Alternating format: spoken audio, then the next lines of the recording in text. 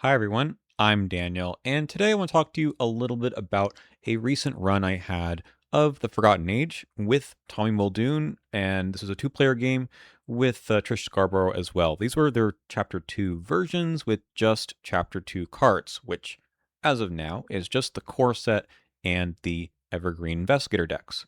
This was a struggle. TFA is kind of a hard campaign that has gotten a lot easier over the years with an expanded card pool.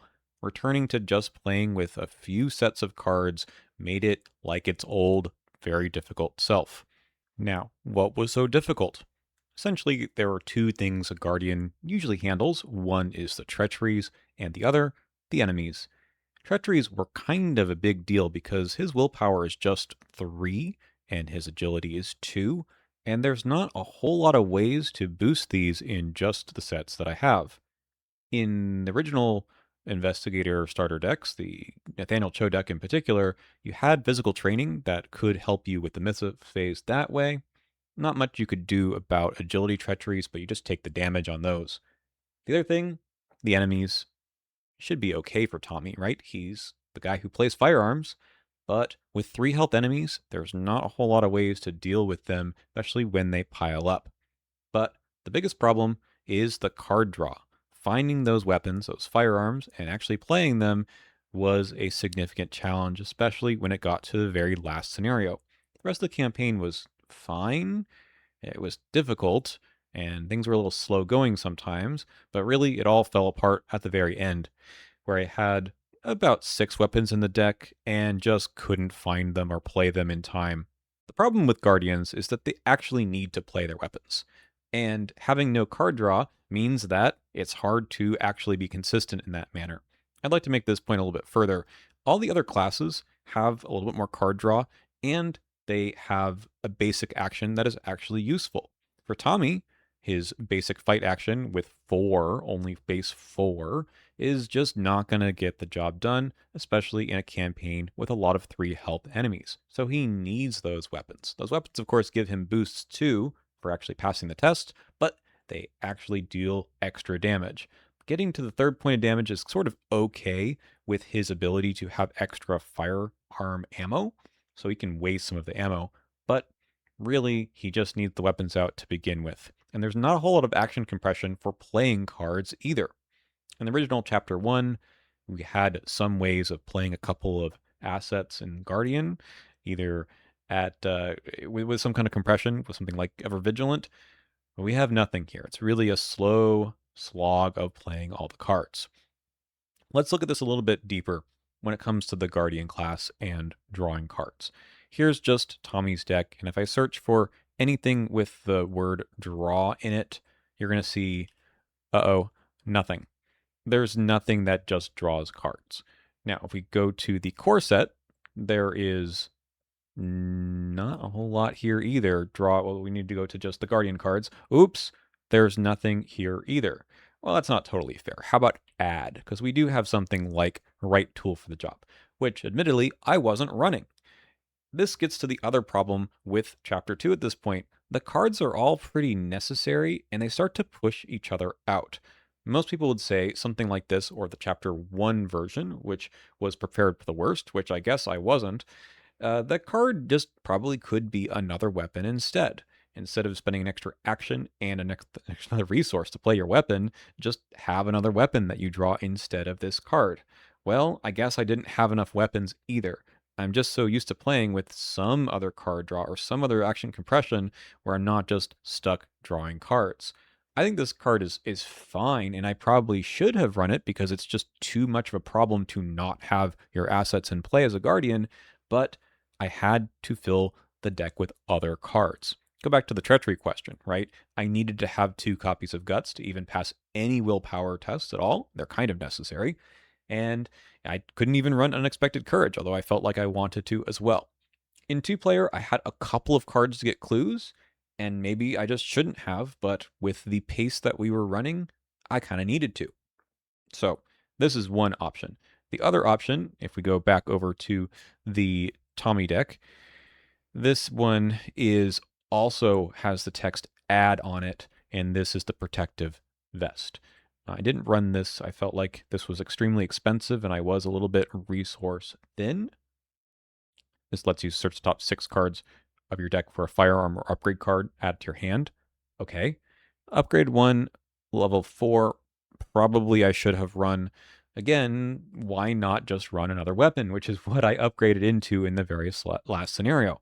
I just didn't draw it. Unfortunately, with these cards, they just don't push you over the edge very much for this XP. I would love to see the ability for you to play the card, not just add it to your hand. So what about other classes? Other classes do get a lot of card draw. Let's take a look at the rest of them in this environment. So all of the investigator decks. Of course, we expect Seeker to have something, and we know that there's a little bit more from the core as well. There's not much in Rogue. Mystic has a lot of it really just based on Marie. And then there's a few things that draw cards in the Survivor class. Not a whole lot. Let's check out the core set as well. For draw, again, there's a bunch in Seeker, although you can't really share, which is unfortunate. Cards like Unbridled Knowledge don't actually help anyone else, unlike the Chapter 1 version of this card. In Rogue, we have an asset that draws, which is really, really nice. And not much else. You're kind of forced to run these neutral skills because they do draw cards, and that's really, really nice. And that just pushes out other cards from the deck slots. Going back to the Tommy deck in particular, note that this is just going to be all of his cards. Note that a lot of this is trying to support the idea of all the guns. So if you're running something like Custom Grip, which I was, good card, this doesn't do a whole lot for the one card slot. It does give you some compression, which is really nice, but you kind of have to hold on to this for the rest of the campaign. Iron Sights, I didn't run, and I really just didn't have room for it. And then we have some other cards that are for getting clues. I did run Stakeout, the level 2 version, or level 3 version rather, and I ran some of these skills to make sure I could pass tests, but should I just have loaded up on guns? Maybe, but then I couldn't maybe reliably pass other tests. Drawing your deck backwards is just a huge problem in this kind of environment. You just don't have much to get yourself out of it. What about the original core? In Chapter 1, did we have the same problem?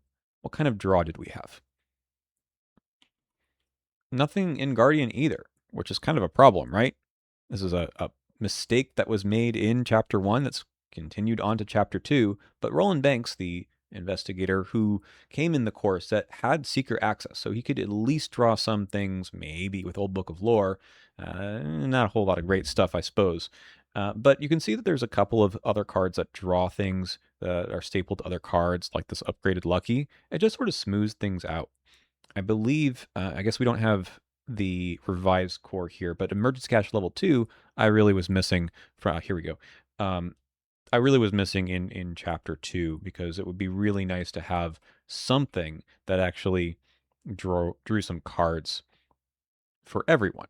And Emergency Cache is just such a solid card at level 0 that stapling draw a card makes it very, very playable to upgrade into if you need to solve your economy in general. I really miss this card.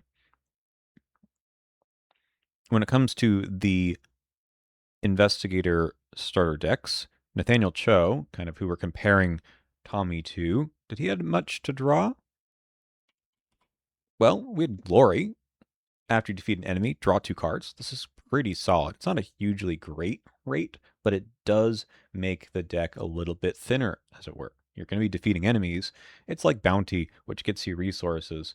This one gets you cards, and cards are going to get you to the things you actually need to play. Taunt is probably not hugely relevant, although I would have loved to have played this card just to deal some Teslas damage. We have Overpower 2. Now I get it. Probably the designers want to hold back a little bit on the draw potential of decks in Chapter 2 because this sort of thing can go a little bit too crazy. We've seen Seekers abuse all of their draw power, and nerfing draw in general is probably healthier for the game. But again, let's circle back to Essentially, Mystics and Guardians are the ones that need to play their things in order to actually progress the game in any meaningful way. So taking the draw away in general is okay, but the fact that Guardian just doesn't have it and still Seeker does seems to be a problem. Again, Seeker doesn't have any support draw either. I don't like that. So this missing from the card pool really slows you down a little bit too. All right, we know that this is not the only draw in Nathaniel Cho's deck. We also have things that add, and this is in particular the boxing gloves, right? This is the way that Nathaniel Cho's ability to get extra damage off of spirit event or any events, I suppose, is going to be a little bit more than just the one-time uses. So this allows you to search the top 6 cards for a spirit event and draw it, and that's why you kind of refuel your hand. The upgraded version searches the top 9, really good. And there's also on his card himself with his Elder Sign, he can recur events from his discard pile. So there is a little bit of draw already built in along with all the other stuff we talked about. Now, let's go back to the Tommy deck. What Tommy's missing in Chapter 2 is no off class. And he doesn't have any cards or an ability here that helps him find those weapons. Again, you have right tool for the job, you have the protective vest, but they're just one time, and they really just make playing those cards that much more expensive. You're going to be spending extra resources and actions up front to play those things. And that's just not going to get you ahead of the game to a position where you can actually get rid of a bunch of enemies on the table. And that's where Dynamite Blast, missing from Chapter 2, was also a real bummer. When we had a lot of enemies that piled up and we got kind of stuck, I really wish I could have just spent 5 resources and nuked the board. Alas, I couldn't even do that. The weapons themselves only do 2 damage. So the M1911, just +1 damage. But even the upgraded ones, if you look at the submachine gun, it does 2 damage for its first attack, and then you can get another 2 damage from another ammo. I guess this is still 1 action, technically, but there's no boost on the second one. So it's pretty rough. Like, how are you doing with 3 help enemies? You could use this, but again, 6 resources, 5 XP. You kind of have to rely on the core set's weapon of choice, which is the level 5, I believe it's level 5. Yeah, Winchester. And I tried putting this in a deck and then I just didn't find it. But this is sort of your way of dealing with enemies with large amounts of health. Really good, but think about how necessary this is compared to a basic fight. You don't have money for this, you don't have the actions to play it. It's just kind of rough. What you do have is Vicious Blow. You have the level 2 version, and you have other ways of dealing some damage. You've got the Bodyguard. It's just not a particularly reliable way of dealing damage compared to, say, the level 2 Beat Cop, which let you do that third point of damage on command. It's still okay, but I felt that this was a little more awkward than I wished. And then you have something like Sherman, Detective Sherman, is somewhere around here. Right, he's in the Tommy deck. I find he's pretty good, but the problem with him essentially is that you're placing damage on here to get clues and not to deal damage. It's not really helping you do your primary thing. So the weakness of this deck and kind of Chapter 2 in general is it's trying to do too much, but it doesn't really do any of those things particularly well, especially when it comes time to just what's the difference between getting clues and dealing with enemies. You have to deal with the enemies. The clues can happen on your own time. So that's Tommy. I didn't have a great time. I thought he was just fine and just a bit of a struggle. I was missing a lot of key cards from Chapter 1. The good news is that we still have more cards to be printed and released in Chapter 2, even in the current environment. This is the very smallest amount of cards we'll ever have in current. It's just the starter decks and the core set, and that's just not enough. I don't think it's enough. This will get, I think, better with more cards, but the cards themselves need to be better too. They need to be worth the slot in the deck. And right now, I'm just not impressed with the Guardians in general. I struggle with Daniela as well, but she has a bit more from the Survivor side.